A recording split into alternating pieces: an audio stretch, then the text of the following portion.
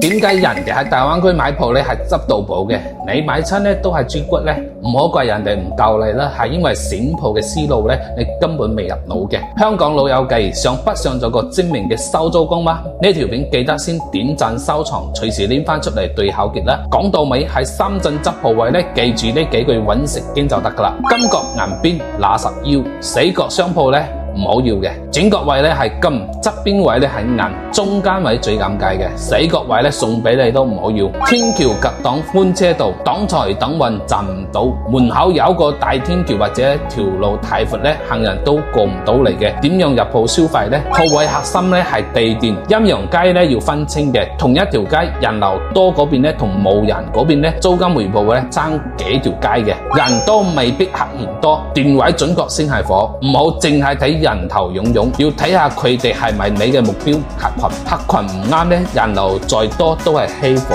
地鋪一樓最易租，二三樓咧隨時係租唔出嘅。喺內地做零售餐飲咧，地鋪先係親生仔，樓上鋪咧好難起租嘅。門口平路咧最吸金，多層台級咧人避行。做生意咧最緊要係方便嘅，多幾個台級咧客人都費事行上去啦。產權歸屬要睇清，轉租轉讓問原因，唔好見到平咧就衝啊！要搞清楚業權，問下上手點解唔租，係咪以租養退計唔掂數？門口可泊車會加分，大樹擋招牌要減分。方便泊車咧係執到寶，如果招牌俾大樹擋晒咧就要心思啦。高租金低轉讓費要小心，低租金高轉讓費咧係保證，呢個係行內人鮮明嘅訴求。轉讓費高咧證明上手咧係賺緊錢嘅。大灣區深港融合係大趨勢，但買鋪咧唔係買大細。評論區留言666，我將呢套深圳商鋪投資避坑攻略咧直接 PDF send 俾你，帶你喺大灣區揾到真正嘅筍盤。